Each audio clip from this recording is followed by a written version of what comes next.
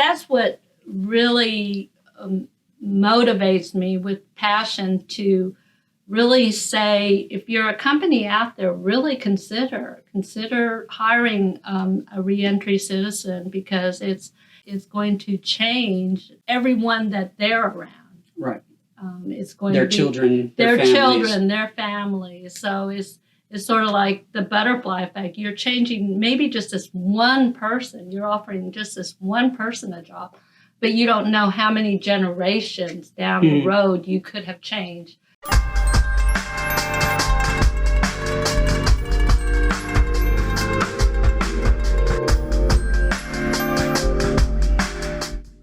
Today I talked to Curtis Cesarado, founder of Epic Brokers International, a company that helps people sell their businesses. She's completed over $25 million in closings and has owned and sold several businesses.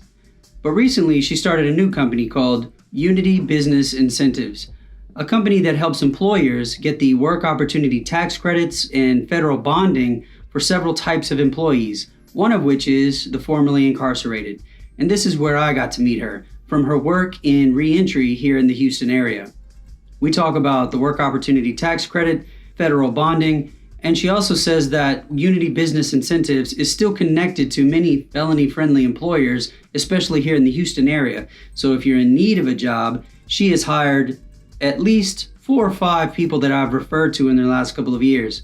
I'll put the contact information for Unity Business Incentives in the description if you want to get in touch and talk about felony-friendly employers or how to help your employer get the work opportunity tax credit. If this kind of information is helpful to you, definitely like, subscribe to the channel at best, leave comments about what you want to hear in the future or questions you might have about Unity Business Incentives or anything that I'm doing with regard to reentry. Share this with other people that you know, especially those who are just getting out of prison and need some help navigating the complex landscape of finding a job. But definitely stay tuned to more interviews like this and resources for those who have just been released from prison. Thanks. I think the last time we were at one of those meetings was before Christmas. So this has been still like 2019. Yeah. So we met at that Gulf Coast employment collaboration. Yes. So I think you're one of 2 people that I stayed in touch with, and I can't remember the other guy's name that was there, but you seemed to be much more practical about the way in which you wanted to go about helping people coming out of the system, because we talked about transportation issues and jobs and things like that. So if you could just tell me a little bit about what got you interested in helping people come out of prison and dealing with the reentry process. So back then I was working with a nonprofit, and we helped people find jobs that were coming out of the prison system. And so I started working, meeting companies that were hiring, and then I placed 10 individuals in that year in positions. And I really, really found it rewarding working with people, because I just felt like it's making such a big difference in their lives, getting employment. And then I also learned more and more about everything. And I learned about some of the incentives that companies have with if they hire people that are reentering employment and reentering citizens. And one of them was the work opportunity tax credit. Right. And so from that whole scenario, it really led to now where I've actually started a company. Me and my partner, Jackie Lawson, we have started a company, and all we do is help companies obtain the work opportunity tax credit. Well, on the work opportunity tax credit, so I've heard of that and made use of that in the past, but it seems like over the years, some of the stipulations or eligibility criteria have changed. Mm-hmm. So can you speak a little bit to that? What are some of the current eligibility criteria for an employer to get those tax credits? Well, some of them are, number one of the really good things that has happened is every year this tax credit was getting approved for that year only. And so we never knew if it would keep going. Mm. And this year, I believe, was the first year. So it has been approved for 5 years. So we know absolutely. And dealing with reentry individuals, The criteria is that if you hire someone that has been a returning citizen and they have left the prison system in the last year, anytime within the last year prior to employment, okay, then as you employ them and when you are eligible for, companies are eligible for up to 40% of the wages that you paid them. Mm. And so there are other things, but it's mainly the government saying, hey, we'd like you to take a look at hiring reentry individuals. Other individuals qualify too, if they've been laid off for a certain period of time, if they're on SNAP, if they... Veterans? Veterans, yes, veterans. If you hire a disabled veteran and there's few criteria, but for that, it's up to a $9,600 tax credit. And so we just, whether you use our services or not, we're just available to walk any company through the process of getting this work opportunity tax credit. And mainly, we started this company just because we felt like it was a win-win for everyone. Because I definitely feel strongly that all companies should be taking a look at that pool, the pool of individuals that are leaving the judicial system. And especially now with, I think it's like 9 million jobs available right now. Right, that it was one of the figures. Yeah. And so there's a whole talent pool waiting there. And from welders to accountants to lawyers, I've had doctors that are coming out, and so they come with that pool of talent that they might have gone in with, and then they also learn a lot of new skills. And so, like all of the things that Lee College is doing, and welding, construction, automotive, mechanics, microcomputer applications, cabinet making, construction, landscaping, all of the above. In addition to different kinds of associate's degrees that are possible, at least in Texas, that they're able to get in a variety of ways. Yeah. Well, and now I just remembered. So one of the reasons I definitely got involved with you was I hired one of your students. That's right. Yeah. So he had a wide range of background, but I ended up hiring him because didn't he get a BA in or he got something because he was my administrative assistant. Right. So who was doing graphic design initially? No, that was another guy I hired with you. All right. So I have definitely used the talent. Right. I know there were 3 or 4 that I immediately referred you to back in the fall of 2019. So they've been successful and worked out for you. Yeah. No. So I hired the one individual. He did a lot of my flyers, and he did graphic design. We ended up placing him in a position as a graphic artist for a for a sign shop. So they made signs. And then there was another individual that he just became my personal administrative assistant. And he handled a lot of my Excel and different things that I was needing done. I think I know you're talking about now. Yeah. Okay. All right. So, and so that probably kept us close. But it's just, there's such talent out there, and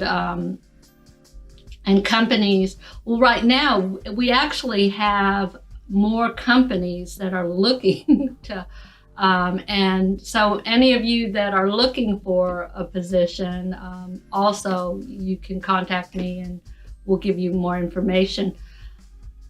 But it is definitely a win-win for everyone in that if you're a company, also you have a large pool level of people, and then especially in the areas of like accounting and more of those industries, attorneys, pharmaceutical.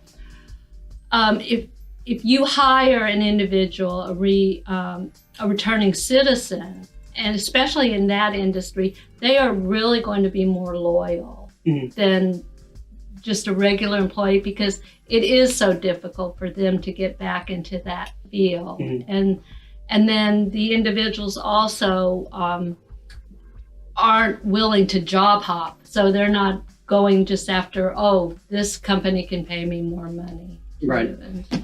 That's so that's an interesting thing, that sometimes when people ask me, like, what kind of jobs do you refer them to, or what kind of jobs can people with felonies get, it's easier for me to talk about what they can't do rather than what they can do, because what they can do is so vast. Another discussion that was actually part of that group that we were in was relative to what kind of industries they can work in. We should be offering certification and degrees in those areas. And I think the idea was that the industries that they're able to work in are very limited. And in my experience, they're just not.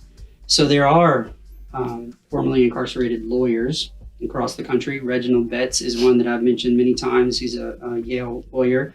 There's a female in Washington. There's a couple in Florida. Stanley Andrees is another guy. He actually just recently put out a book. It came out this week, From Prison Cells to PhD. He has a PhD from I can't remember, Howard University, I think, and he works now at Johns Hopkins University as an endocrinologist. Wow. He's done really great things. So there's quite a few individuals across the country who have broken barriers and become researchers, psychologists, lawyers, academics and professionals. In addition to people who have started their own businesses, become widely successful as entrepreneurs, something that other organizations like the Prison Entrepreneurship Program grabbed a hold of many years ago. Yeah, so it's amazing the people that I have met, and one of the things too, though, is they have taken whatever resources while they've been incarcerated, and used them, and right. And most of the guys that I work with, and women also, because we just started recently working with the women. They've already accomplished certain certifications and degree programs. That's a testament to their own endurance and ambition and things like that. So they've already proven themselves in an environment that is not well suited to acquiring education. I was talking to somebody who was in a halfway house. He was not a convicted felon. He was there for some other reason, but he noticed that there was somebody enrolled in a college program, and he was just talking about how difficult he saw that it was for this student trying to get an education in this halfway house. Well, in the prison system, it can be potentially much worse. In Texas, they don't have air conditioning. Wow. If it's 105 degrees and you're sweating and it's all over the papers, it's just there's all kinds of noise and fighting and drama. But these are students like I was at one time who are reading, studying, doing their homework. So all of that, for someone like myself who realizes and understands what's going on in that prison context, if somebody has completed certifications and degree programs, it really is a testament to their character, their ambition, their perseverance. And that shows when an employer takes the opportunity to allow them that chance to work for them. Yeah, that's a really good point. I didn't think of that, but that's sort of like for the employer, in a way, a pre-vetting type, that this person has the wherewithal to improve themselves, and that go-getting, which that's what employers are looking for, is someone that can go and do the job. Yeah, I usually say it's a certain kind of character, mindset, and attitude that they have over and above whatever degree it is that they have, but something about who they are as a person that's willing to be ambitious and pursue, whether it's their dreams or just some sort of success goal. They're willing to do it. Yeah. So the other thing that I wanted to ask about was federal bonding. That's something else that you all are able to help with? Yeah. So all companies this is available for all companies, and it doesn't have to be someone that has been released in the last year. They could have been released last 3 years. Bonding is available for companies for the first, I believe it's 3 months. I probably need to check. And any employee that you have reservations about, so it could be that maybe they have just been released from maybe an outpatient clinic for rehabilitation, or they have a record of some kind of, being in the prison system. Mm-hmm. And it's totally free for the employer. And all we do is we submit the paperwork for them.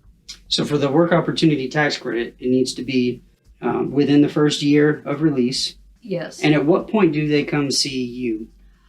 They have to. This is the tricky part about it. The government's not going to give us money, just making it very easy. And so it has to be, we have to file all of the paperwork within the first 28 days of their employment. Oh, okay. So if they start January 1st, and we have to have all of the paperwork in by January 28th. And otherwise, you won't get the work opportunity tax credit. So as soon as they've begun the job, immediately they would want to contact you to help right. navigate that. And probably the easiest thing is, if any companies are interested in finding out more about it, is any employee that comes through that they're hiring, we can submit the paperwork for them. Mm. And because there are so many other like types of employees, right, that they may be qualifying for and not be aware of. Yeah.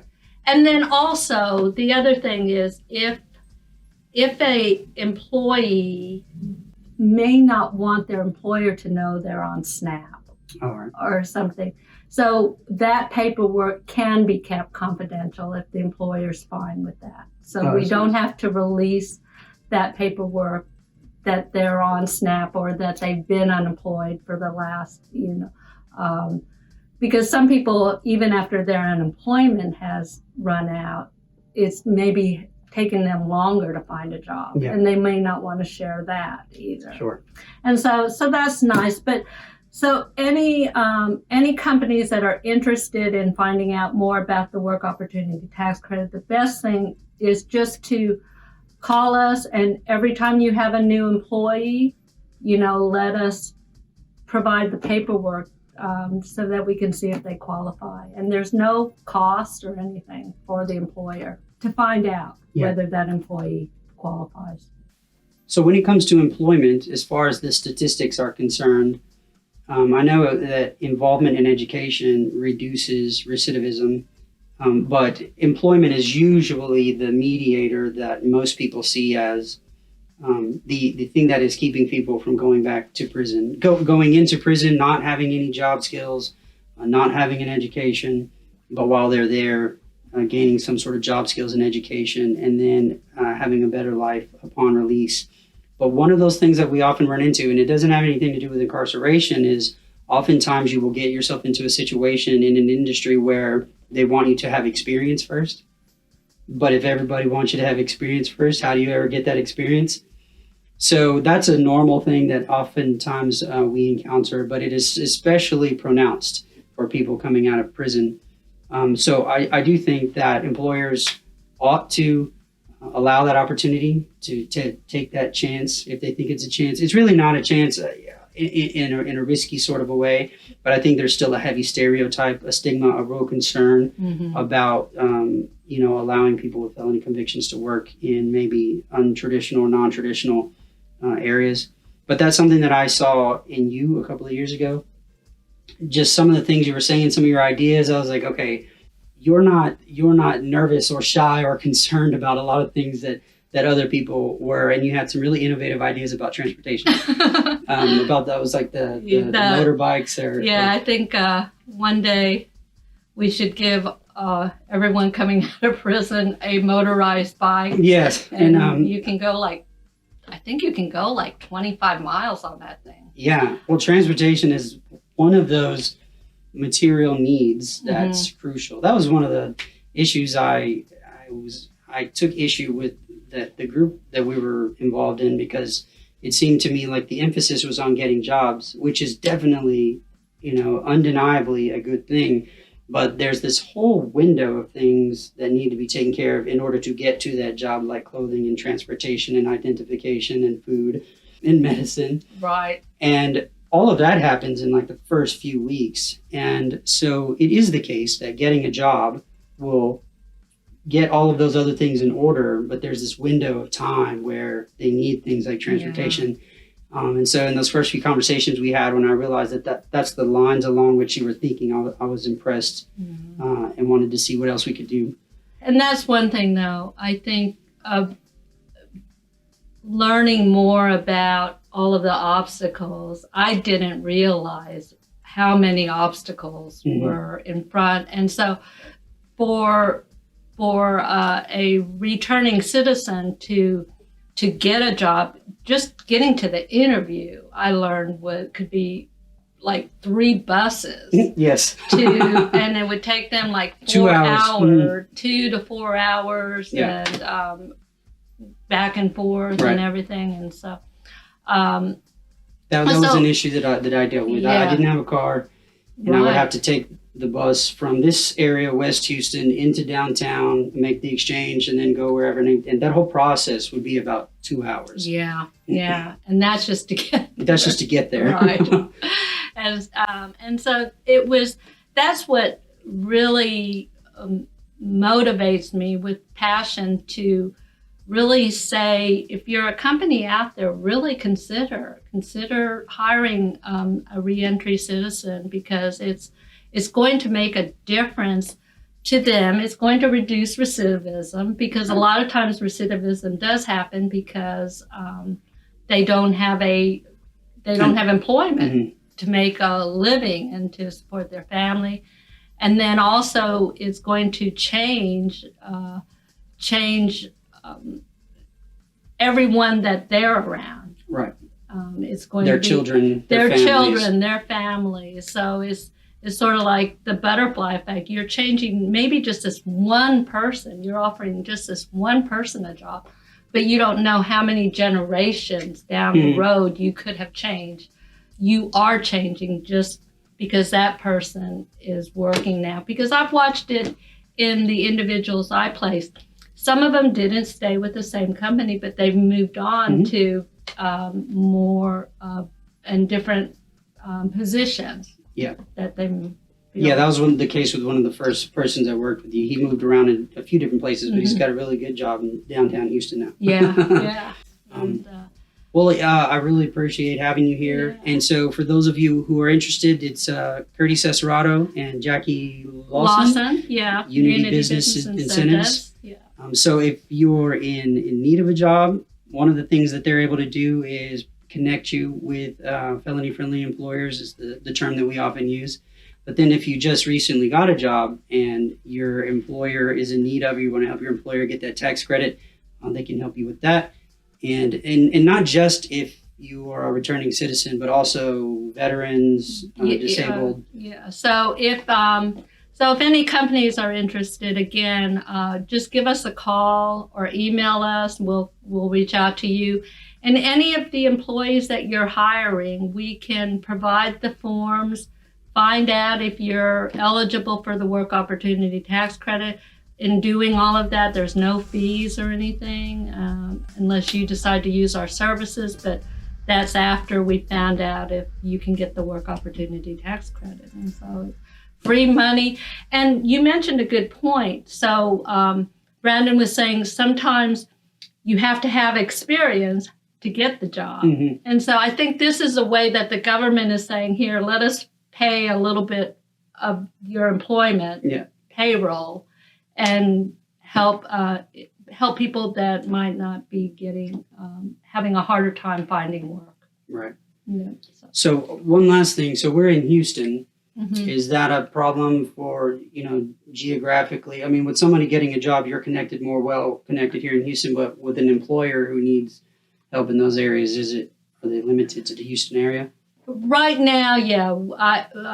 I'm working mainly with employers that are looking in the Houston area. although there are different organizations out there, if you're looking for work, we'll try to help you. But pretty much, though, Houston. Now, the work opportunity tax credit, though, is national. Right. So right. anyone can get that. All right. Well, thanks, Curdy. All right. Contact us. I'll put the information in the link, the phone number, the website, the email. All that information will be in the description at the bottom. Thanks. Thank you. It's fun.